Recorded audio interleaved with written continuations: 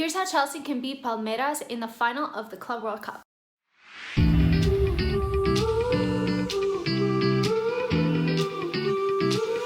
Hey guys, welcome back to another match preview. This is Chelsea versus Palmeiras for the final of the Club World Cup. Chelsea finally, after 10 years, have another opportunity to win this piece of silverware, which we have never won before. So it is an absolutely massive game. In this preview, I'm going to analyze a bit what happened in the semi-final and how we can make some changes in order to be more dominant in the final and hopefully play better. I'll also take you through how Palmeiras play and how Chelsea could try to combat that, as well as a predicted starting 11. To start off, I want to talk about this semi-final a little bit because it was not a good performance from Chelsea. So I want to look at a couple of reasons why and then see how we could potentially make some fixes for this final. I was listening to the podcast from London is Blue, which is so good. I highly recommend if you guys don't listen to it. It's free on Spotify.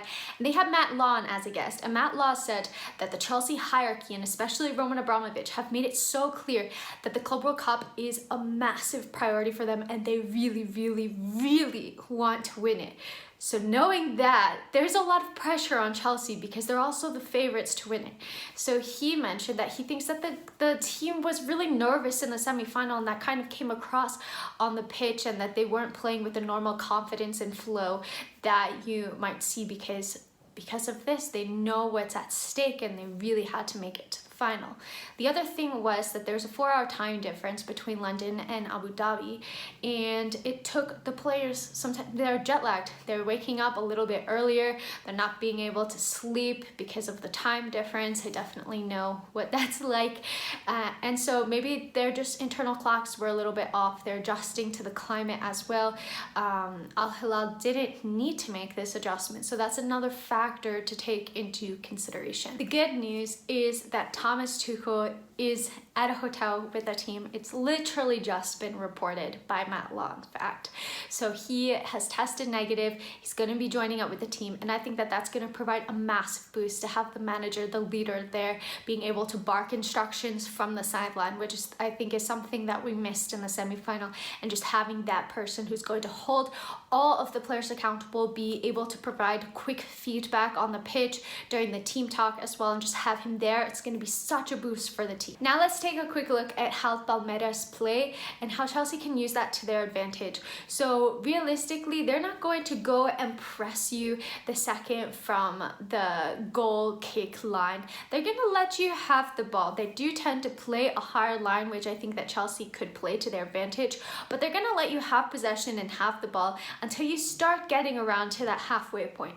And then what they tend to do is that they zonal mark the midfield to try to cut off the passing lanes and make it really difficult. So knowing this, I think that it's going to be important for Chelsea to use the width of the pitch to their advantage and to try to stretch it as much as possible, play the wings. It's also going to be really important to play fast, quick passes. I think that that's something that we haven't necessarily seen from Chelsea recently. Could be due to a variety of factors, the team lacking chemistry, being jet lagged, being nervous. There's a whole load of things, but I think that that's going to be really important for Chelsea in order to be able to keep the ball and actually create something with it. As for Chelsea's starting 11, I think that there are a couple of pretty key talking points here.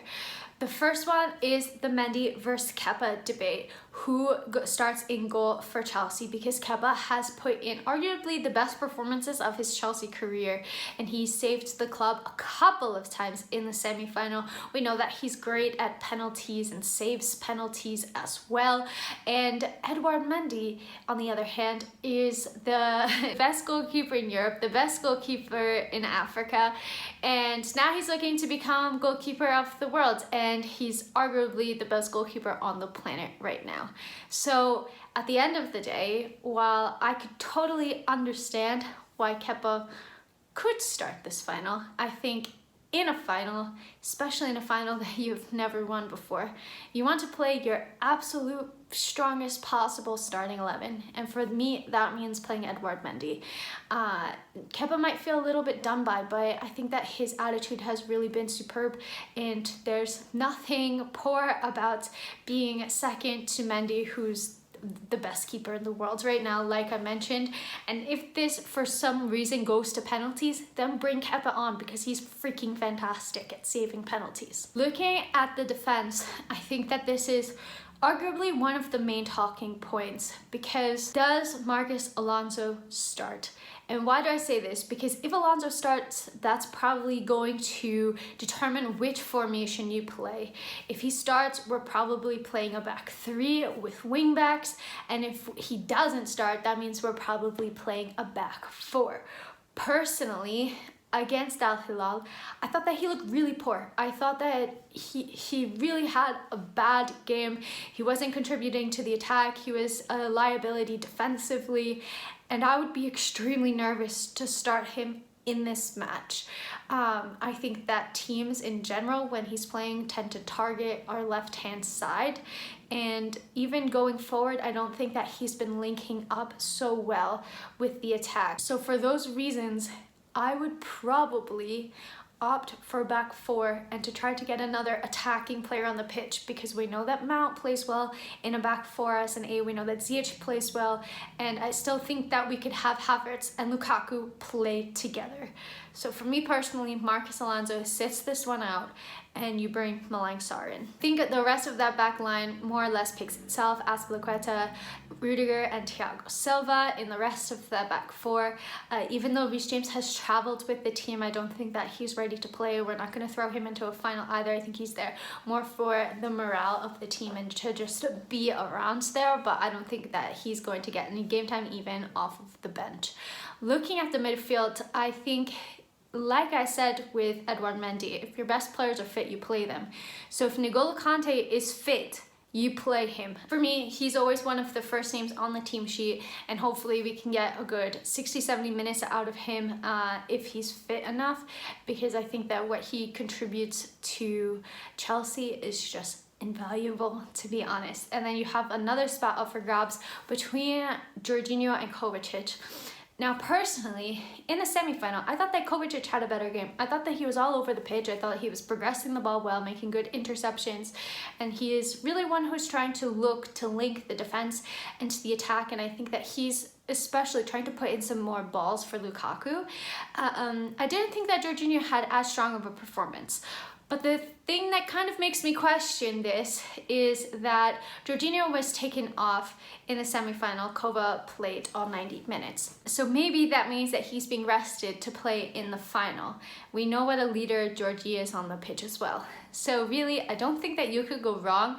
If we're looking for who's in form, I would go for Kovacic, but I am not really upset either way. The next change that I would make is to start Mason Mount. I think that he was probably rested in the semi-final. I know he hasn't been in his best form this season, but the thing with Mason Mount is that he always shows up when it matters. He always comes with a clutch assist or a goal or pressing. He always brings 110%, and so he's somebody that I would definitely want to see starting in this final. And then for the rest of the attack, I think that you play Hakim Ziyech because he's your attacker most in form right now. And I would play Havertz and Lukaku together because I thought in the semi-final they were starting to get a little bit of chemistry together. Lukaku looked like he had a bit more confidence once he scored the goal, and I liked the look of them playing together. If you notice, Havertz tried to play a little bit closer as a partner to Lukaku to put balls in and for them to play off of each other, and hopefully they can continue to build that partnership in this final. That's my starting 11 for the final. I think this team has more than enough to be able to beat Palmeiras and to win.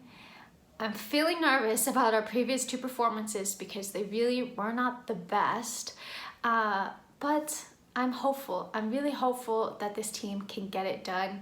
I hope that we see us lift our first Club World Cup and we would be champions of the world. I really, really hope that we can get this. Guys, let me know what your thoughts are. Who do you think should be included in this starting 11 and how you're feeling about the game? I want to know. Hopefully I'll be back tomorrow with a happy match review. Let's see. If you liked this video, make sure to subscribe, give it a like, and yeah, until next time, I'm out. Bye.